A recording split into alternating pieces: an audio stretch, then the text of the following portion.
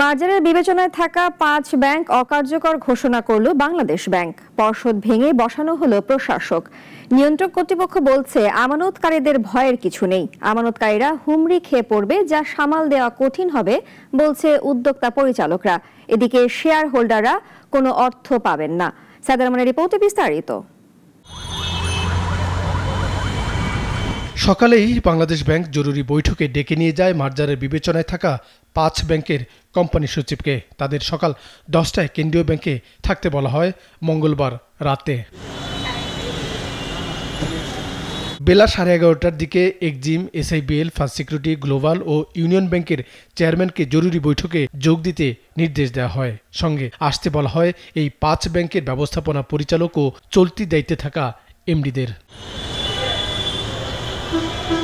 1:30টার কিছু আগেই একে একে চলে আসেন চেয়ারম্যান, এমডিরা। তাদের সঙ্গে বৈঠক করেন গভর্নর ও অন্য জ্যেষ্ঠ কর্মকর্তারা।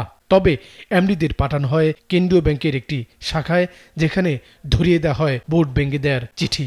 পরে বৈঠক শেষে চেয়ারম্যানরা কথা বলেন সাংবাদিকদের সঙ্গে। বোর্ড ডিসলভ হওয়ার প্রাক্কালে আমাদেরকে ডেকে মেহমানদারি করা হয়েছে সেন্ট্রাল ব্যাংকের পক্ষ থেকে।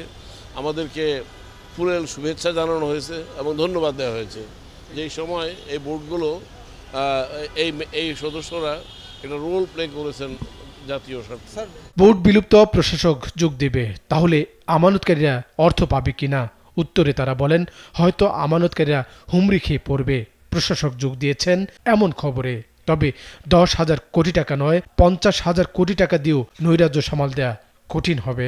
10,000 কোটি টাকা না, 50,000 কোটি টাকা দিলেও আমানতকারীদের কিছু হবে না, কারণ আমানতকারীরা কালকের থেকেই হুমড়ি খেয়ে পড়বে হয়তোবা, আমার যা প্রেডিকশন। তারপর আস্তে আস্তে হয়তো এটা আশ্বস্ততা পেলে কমতে পারে, বাট একটা হুড়মুড়ি তো পড়বেই, স্বাভাবিক। প্রশ্ন ছিল যারা শেয়ার হোল্ডার আছেন তাদের কি হবে, আর কেন্দ্রীয় ব্যাংকের সিদ্ধান্তের বিপক্ষে আদালতে যাবেন কিনা কোনো পক্ষ? উত্তরে জানান বিষয়টি এখন স্পষ্ট নয়, আলাপ আলোচনা করে পদক্ষেপ। আমি এক হাতে বলতে পারি না বোর্ডে যাবে, বোর্ড কথা হতে অলরেডি কেস শেষ করছেই।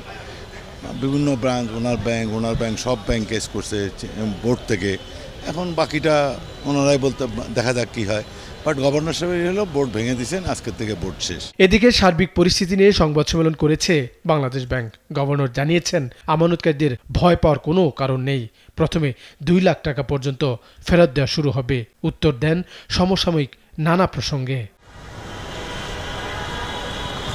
সাইদ আরমান, নাগরিক, ঢাকা।